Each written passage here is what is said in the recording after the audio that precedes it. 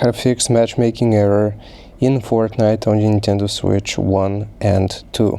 So here's what you want to do. I'm going to show you a few different fixes. For the first one, you want to go into these settings once you open up Fortnite. So go into the settings. Right here, we'll just go into the language and region section. And here, where it says matchmaking region, you want to change this from auto to the region which gives you the least amount of MS. So for me, that's gonna be the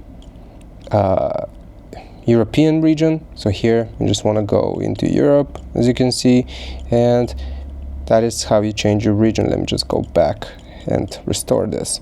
Alright, so once you have done this, the second thing that you want to do is close Fortnite altogether, and then you will go into your system settings on the Switch 2.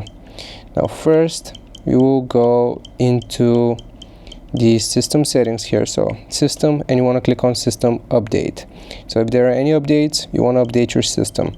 Then you will go into data management and then choose manage software. You want to find Fortnite, click on Fortnite, and right here you will select check for corrupted data. Once you have done this, this should fix the issue. I hope this helps you out. Leave a like and subscribe, and I'll see you next time.